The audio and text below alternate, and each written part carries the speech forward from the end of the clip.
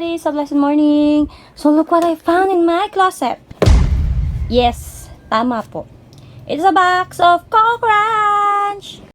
Welcome to PlayWorld. As to my surprise, meron palang ganito sa closet ko. Diyos ko, nag-crave na ako ng ganito for almost 2 days. Yes, 2 days.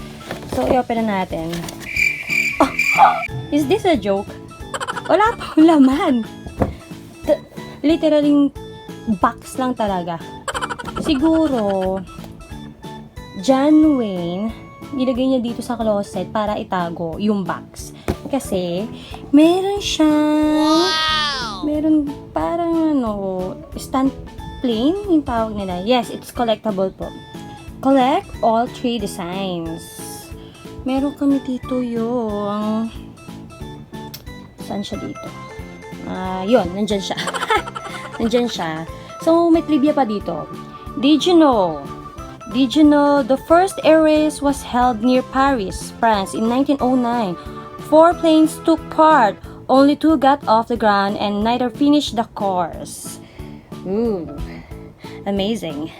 It also has a stand plane instructions. So, it says here that the first one is help your child.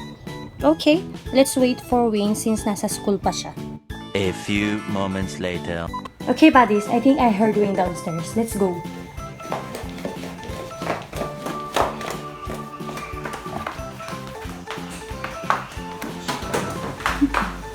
There he is! Hey, Wayne. Hey!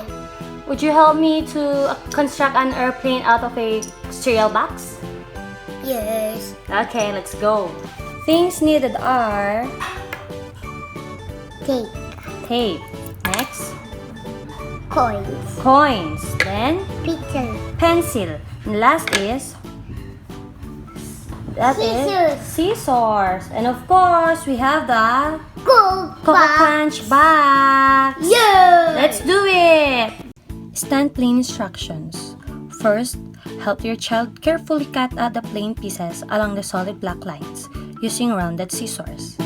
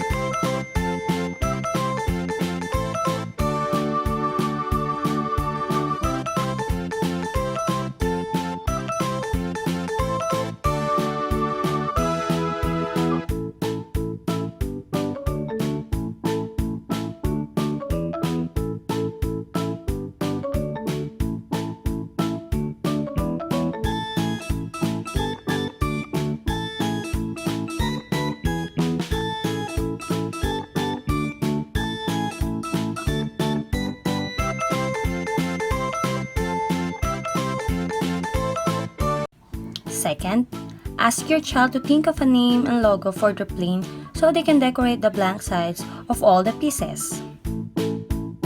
Third, push the wings through hole A and the tail through hole B.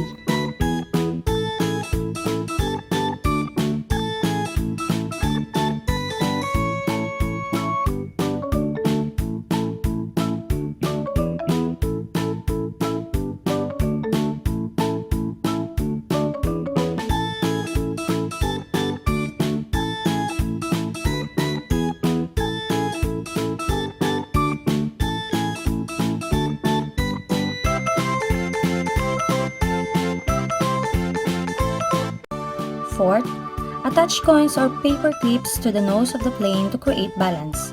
Experiment with different ways to create the best flying distances.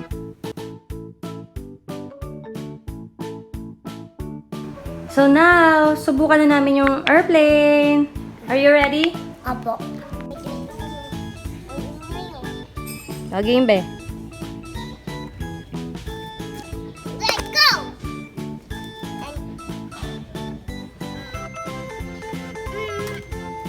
points. Oh, you try. Don't go, huh? 5, 4, 3, 2, 1, go.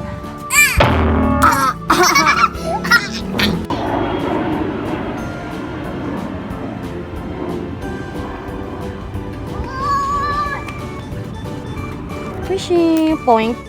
What do you think about this paper airplane? Comment below. Hope you like it, buddies.